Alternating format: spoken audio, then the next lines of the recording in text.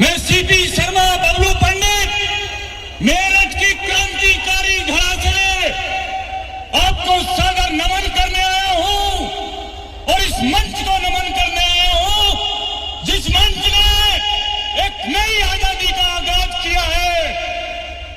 आज दिल्ली की सड़कों पर एक दूसरी आजादी की लड़ाई आपने लड़ने का काम किया है।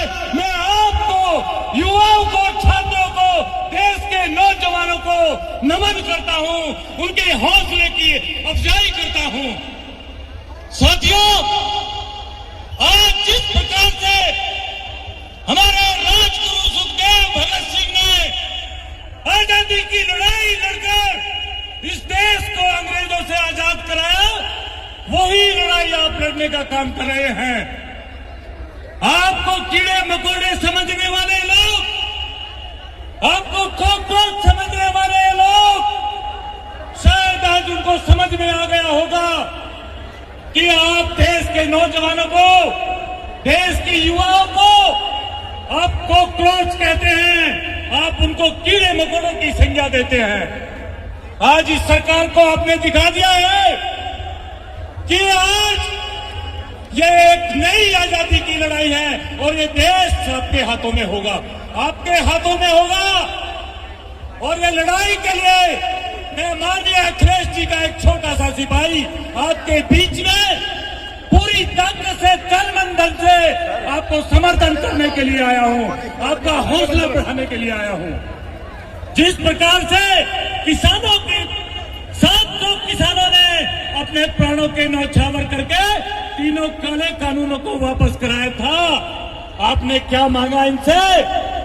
एक मंत्री का इस्तीफा। क्या होता है मंत्री का इस्तीफा?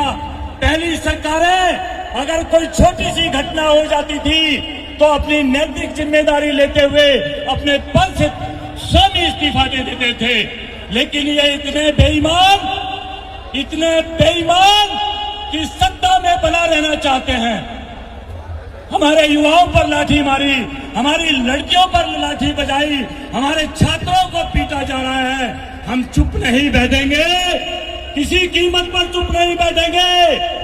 समाजवादी पार्टी आपके साथ खड़ी है, हर जंग लड़ी जाएगी और ये एक नई आजादी की जंग है और हम आपके साथ हैं।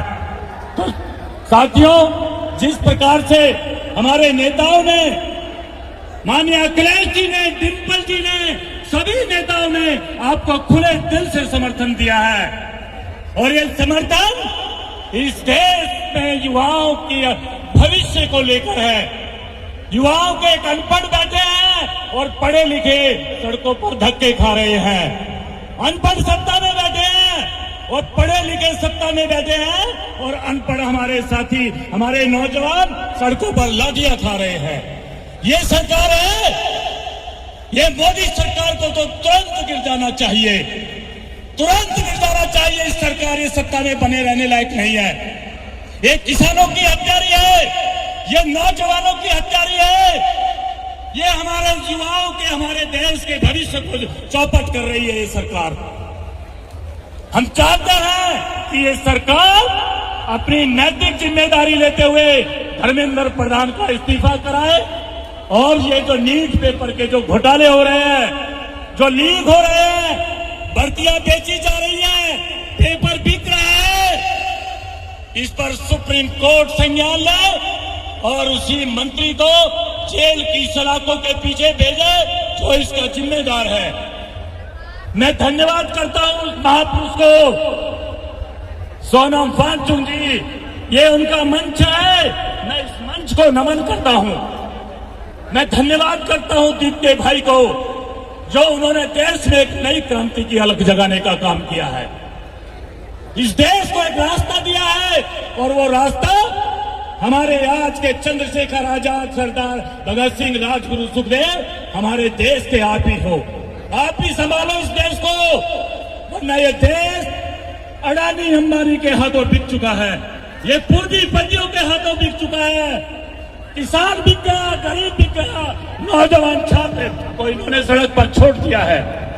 तो साथियों, मैं ज्यादा कुछ नहीं कहते हुए मेरठ की धरती से आपका पूरा समर्थन है। पूरा ताकत के साथ, तन मन धन के साथ, किसी भी समस्या, खाने पीने की समस्या कोई नहीं आने देंगे। हम आपके साथ कंधे से कंधा लड़ेंगे। जय हिंद, जय भारत, बोलो इंकलाब, इंकलाब। सोनू वांगचुक, अभिजीत दीप के मेरे नौजवान साथियों, बहुत बहुत धन्यवाद, बहुत बहुत शुक्रिया।